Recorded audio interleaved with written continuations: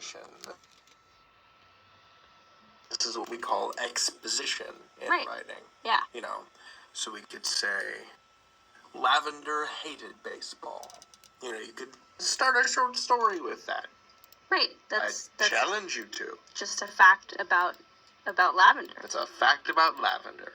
So a declarative sentence is a statement, just straight up. Yeah. An interrogative sentence is a question. So it asks a question. So it's just a fancy word for a question. Right. Okay.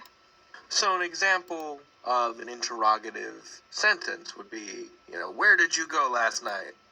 Right. Or, how is he still singing that note? I have no idea. Incredible breath control. So that's what an interrogative question is. Right. It's like being interrogated. That's like a similar word to interrogative, is just having a lot of questions asked. Like really aggressively. Yeah, it's not a very positive thing. Paige, what did you do with the cheese? I don't know. Paige, why are you still eating the cheese? I'm not. Paige, I know you stole the cheese. Finally, the third kind of sentence we want to talk about today is the imperative. An imperative is a command. Right, so when you tell someone to do something. So a command, like, Paige, follow that bunny. I think the bunny stole the cheese. Yeah.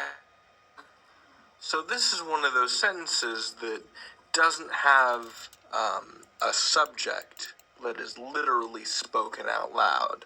Right, it's just implied. You know, if you're saying that to me, I know that I am the subject. Right. So it's, you follow that bunny. Right. But the you is just not spoken. Mm-hmm. Or, if you're not into bunny following, you know, something like, remember to wash the dishes. Mm-hmm. You're being commanded to remember. Yeah. Yeah. So yeah, those are our three sentence types. Yeah. Declarative is a statement, interrogative is a question, and imperative is a command. So Paige, I think we can recast our slogan in each of these three types of sentence. Okay. So declarative, right? That's what it usually is. Declarative form is, you can learn anything. Okay. We can make it a question, so interrogative, so can you learn anything? Right. The answer is yes. Yes. And the imperative, we want to make it a command, would be what, Paige? Learn anything. Yeah. So, sorry, I was speaking. Okay, so our final video is another Khan Academy video. So I will probably slow that one down too because they speak very quickly. But let's talk about dangling modifiers. Dangling modifiers. This is something that even native English speakers have trouble with, and you will find questions like this on our grammar quiz that we're taking today. So just as some information that you can have so that you know what they're talking about when we talk about dangling modifiers. I'm going to push play and then I'm going to slow it down to 75% so it's easier to understand. Hello, grammarians. Hello, Rosie. Hi, Paige.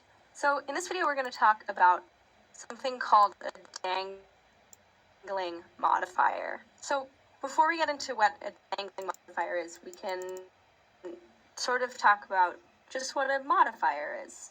Rosie, do you want to tell us what the definition of a modifier is? Sure. So, well, one major modifier that you think of is an adjective. So a lot of times a modifier is describing something else in the sentence. Right, okay. So it can be an adjective or An like adverb. a phrase, or an adverb too. So a modifier is always supposed to come right before the word or phrase that it's modifying. But when it doesn't do that, that's what's called a dangling modifier. So this can look something like, Flashing lightning and thunder, the little bunny struggled through the storm.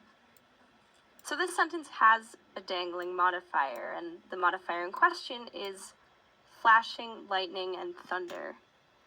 So the phrase that this comes right before is the little bunny. And flashing, lightning, and thunder is not describing the little bunny, right? I don't think I've ever seen a bunny with, like, lightning coming out of it or anything. Rosie, what is this modifier actually supposed to be modifying? So the modifier is actually supposed to be modifying the storm, because